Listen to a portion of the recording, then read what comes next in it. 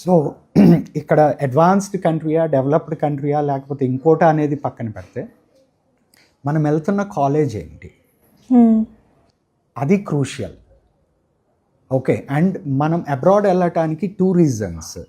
ఒకటి, ఇండియాలో మనకి ఫ్రీ సీట్ రాలేదని వెళ్తున్నాము. రెండోది, ఇక్కడ ఉన్న కాస్టింగ్ కంటే తక్కువలో అవుతుంది కాబట్టి అబ్రాడ్ వెళ్తున్నాము. So C category, B category students ఎవరైతే ఉన్నారో వాళ్ళకి maybe abroad better option.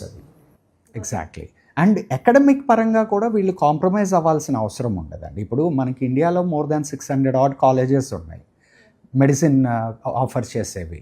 So దీంట్లో తీసుకుంటే సేమ్ 3 కేటగిరీస్ ఉంటాయి. Top category of colleges, moderate level and low grade colleges. Same thing applies. ఏ కంట్రీకి వెళ్ళినా ఇదే కేటగిరీ ఆఫ్ కాలేజెస్ ఉంటాయి. సో మీరు చూస్ చేసుకునే కాలేజ్ ఏ కేటగిరీలో ఉందనేదే ఇంపార్టెంట్.